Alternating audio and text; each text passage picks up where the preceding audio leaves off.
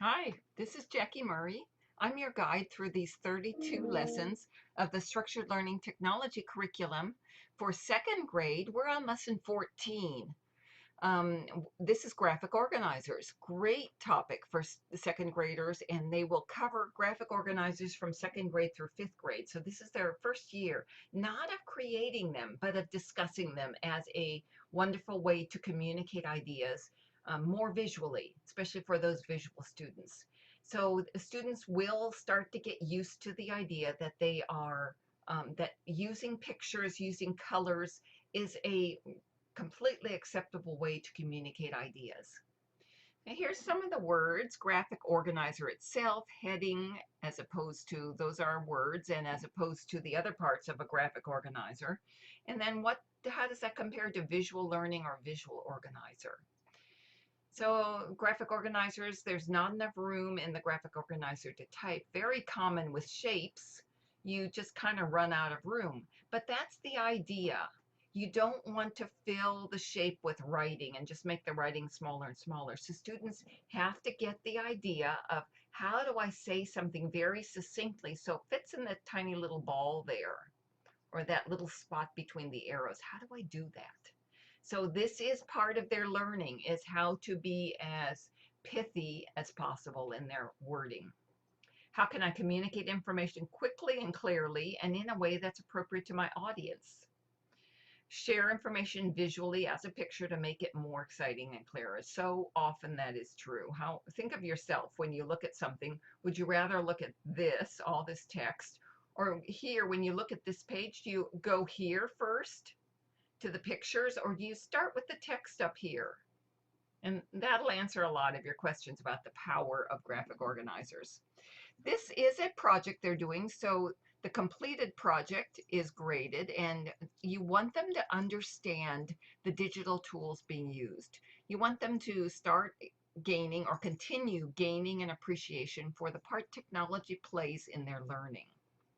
Warm up with keyboarding. I think they're on lower row, probably. So they're almost done with the 3 rows, and then they'll start using all the keys. So you're still working on a typing program that would be 1 row at a time. Popcorn Typer is a good one. There are a few others. And this is the last project in the word processing unit, because they're going to make their graphic organizer using a word processing program, just to continue to show them the power of a word processing program.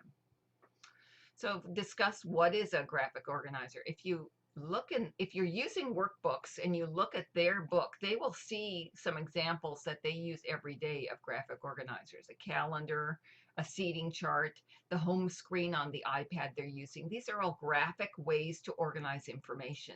Very visual, very powerful. They get the point across for them. If you're not using that, though, you can feel free to use these sorts of pictures to get that across to them. Now, they have done these in the past. If you've used this curriculum in kindergarten and first grade, they probably did them as a group, and they were communicated as simply an idea to powerfully get ideas across, rather than anything else. So this is good to point this out to them. This is not new to you. The terminology might be new, but not what you're doing.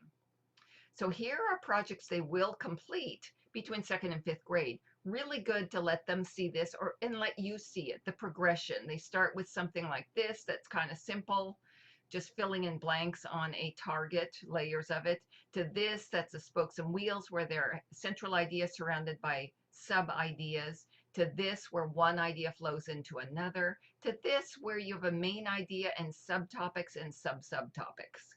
So these are just samples of what could be done. You don't have to do these in second through fifth grade, and you'll see that as you get into those grades, but they're good examples of how the idea of using graphic organizers to communicate ideas grows year to year.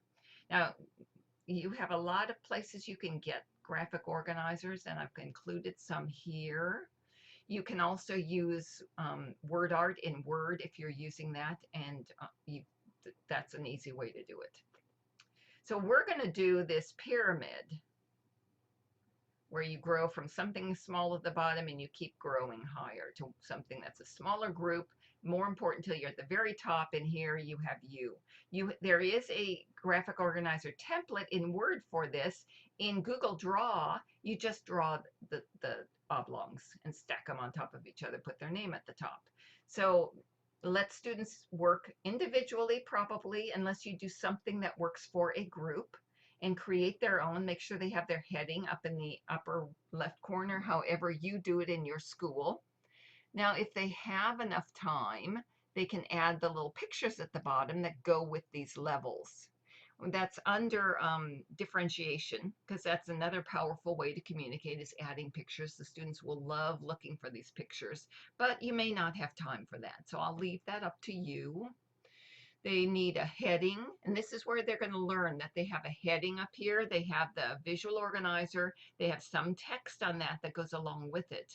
And all of that is important in a graphic organizer.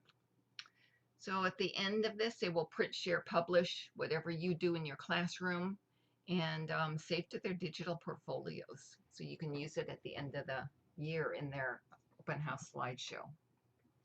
Okay, I think that's about it. Let's see if we missed anything in here. Oh, yeah, we did. So you do have some templates. If you're using student workbooks, there are some templates you can use here without even getting out of their student workbook. Just use the annotation tool and have them fill in either this target or the spokes and wheels or the circle, one event going to another, like the water cycle is a good one for this, or this is this becomes this becomes this. So when I'm a child, when I'm a teenager, when I'm a grown-up, sort of that sort of thing. One begets another. That's not a circle like this one, but it's a progression. So you can use these templates and have the students just annotate in them. And this could be just their rough draft. So rough out what you're going to put in here and then create it in a graphic organizer template. I think that is the, oh. Here's a class exit ticket. Choices include software, so yeah. So one of the topics you want to continue to reinforce with students is that they use technology for lots of learning. And it's not always a digital device, an iPad or a computer. Very often it's other things. So give them a poll that includes digital tools they might have used today and ask them to check off what they used, just to get them thinking about it. Here's some examples, and and give them an option to add their own. It's always interesting to see what they think is a digital tool. Okay, guys, that is it. Let me know if you have any questions in our discussion board. I'm happy to help you with those. Have a great week, and I'll see you in a week. Bye.